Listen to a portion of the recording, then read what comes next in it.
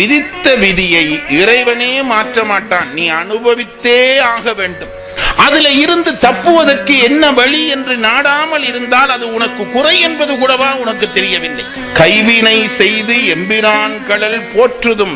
ஒன்றும் பண்ணாதேடா, கடவுளை பற்றி என்ன சொல்லுகிறே? அவன் எல்லாம் செய்ய வல்லவன், எல்லாம் அறிந்தவன் என்று தானே சொல்கிறாய். விதி உன்னை தாக்குற பொழுது கூட இறைவனை பிடி. கைவினை செய்து எம்பிரான் கடல் போற்றுதும். அடியார்களை பார்த்து ஞானசம்பந்தர் சொல்கிறார், அவன் காலை பற்றி நீ தொண்டு செய்வினை வந்து எம்மை தீண்டப்பெறாது திருநீலகண்டம் இல்லை. நீ செய்த வினை கூட உன்னை தொடாது. திருநீலகண்டத்தின் மீது இது ஆணையாக சொல்லுகிறேன். ஞானசம்பந்தர் போய் சொல்வாரா? இறைவனுடைய திருவடியை நாம் பற்றி கொள்வோமே, ஆனால் விதியை கூட மாற்றலாம் என்று ஞானசம்பந்தர் பதிவு செய்கிறார். அவ்வினைக்கு இவ்வினை என்று படிப்பு படித்து பிரயோசனம் இல்லை.